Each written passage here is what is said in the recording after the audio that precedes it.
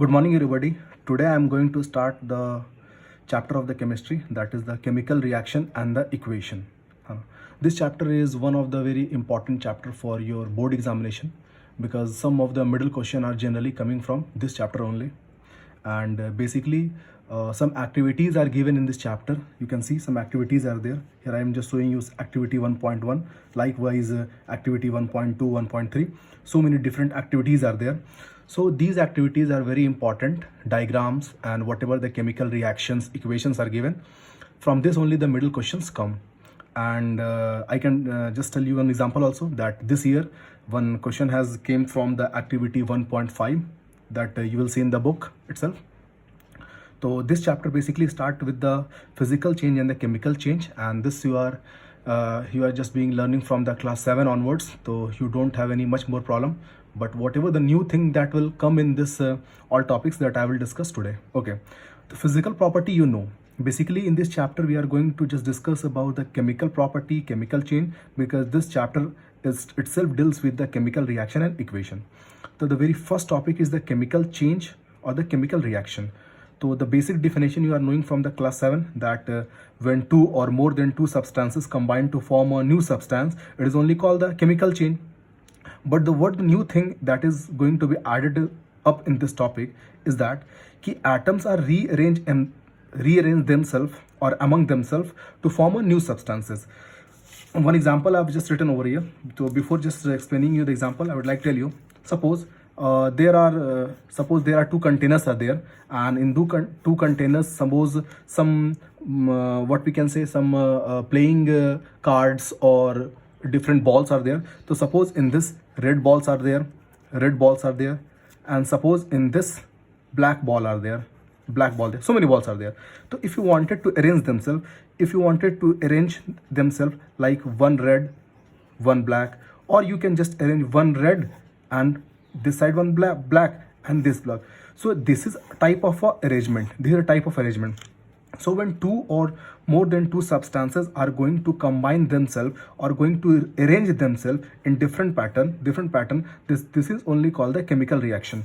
Now see one example: carbon plus oxygen, when carbon and oxygen are going to combine together. So if one carbon atom and one oxygen atom is going to combine, it is going to form CO, that is carbon monoxide. But if two atoms of oxygen and one atom of carbon is going to form, that is going to form CO2. Likewise, you can see if one carbon atom and one oxygen atom, this is called carbon monoxide, CO. But if one carbon atom and two oxygen atom, it is going to form CO2, carbon dioxide, and this is the carbon monoxide. These two compounds have different properties because they are arranged in the different manner. So chemical change basically deals with the atoms are rearranged among themselves. So this is one just simple example of the chemical change. Okay, now the next topic start with the observations help us to determine the chemical change. I mean, what are the things that you are going to observe when you are going to combine two or more than two substances together?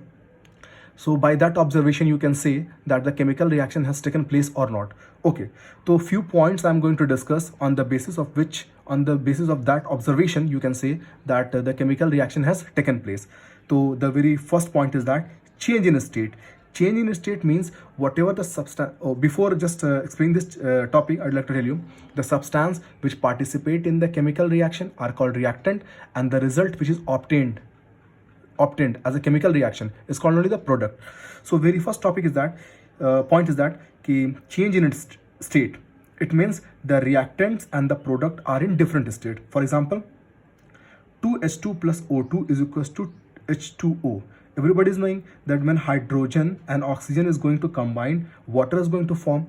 Now here you see that hydrogen is a gas, oxygen is also gas. So when these two gases are going to combine together, H2O is going to form, and we know that H2O is a liquid. So here the reactants are in the gaseous state and the product is in the liquid state. So we can say that when the reactant and product are in the different state, we can say that chemical reaction has taken place. Another point is that change in the color.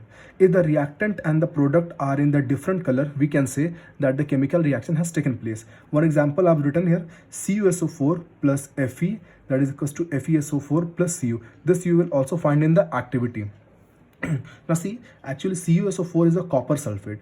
So when you are going to take the copper sulfate in a container and you are going to add iron in that, after you are going to leave that solution for some time, that solution is basically of the blue color. So when you are going to leave that solution for a few minutes, you will see that the blue color of that solution has changes to green color, and this green color is actually the FeSO4. This is called the iron sulfate.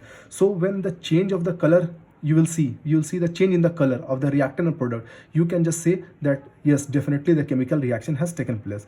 Another simple example I'm just giving you, when you are going to see unripened mango, definitely it is green in color, but if you are going to keep after some time, if you just keep in the sack for a few days or a week, you will see that its color has changes to yellow. It means it has ripened, and if you are going to test it, definitely it is sweet. So earlier unripened mango is the green color, but after ripening it, its color has changes to yellow. So definitely you can say that the chemical reaction has taken place. So that is the example. Okay, next is the evolution of gas. Now, a different reactant combined to form a product which is in gaseous state. When the reactant are going to combine together, and as a result which is going to form the product, and the product is in the gaseous state, you can say that the reaction that chemical reaction has taken place. Means if you are going to combine the two different substances, and as a result of which, if any kind of gas may be any gases, if gas is going to obtain, you can say the chemical reaction has taken place. So one example I am telling you, C plus O2, the very common example, C plus O2 CO2. C means the carbon, and I will just tell you that whatever the substances that is just we see around us, and that substance can be burned very easily, in that substance the carbon is present definitely. So if you are going to just burn any substance in which carbon is present, definitely smoke will come, and that smoke is what? Only carbon dioxide.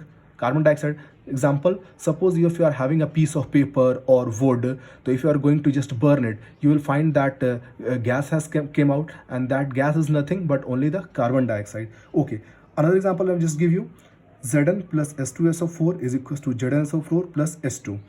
Now when zinc is going to combine with the H2SO4, this is also called the sulfuric acid. So when zinc is combined with the sulfuric acid, ZnSO4, zinc sulfate, ZnSO4, zinc sulfate, this is a kind of a salt.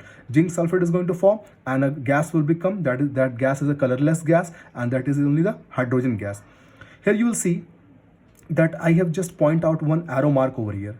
This simply arrow mark is that whatever the substance that is going to form is gas, and you know that gas is lighter and definitely is going to rise up. So here in this reaction, CO2 is a gas, and definitely gas is rising up, and here ZnSO4 is a solid form, definitely is going to be settle down in the solution, and H2 is a gas, it will rise up. So whenever you are going to combine two things, and when the gas is going to evolve, you can say that the chemical reaction has taken place. Now the fourth point is that change in temperature.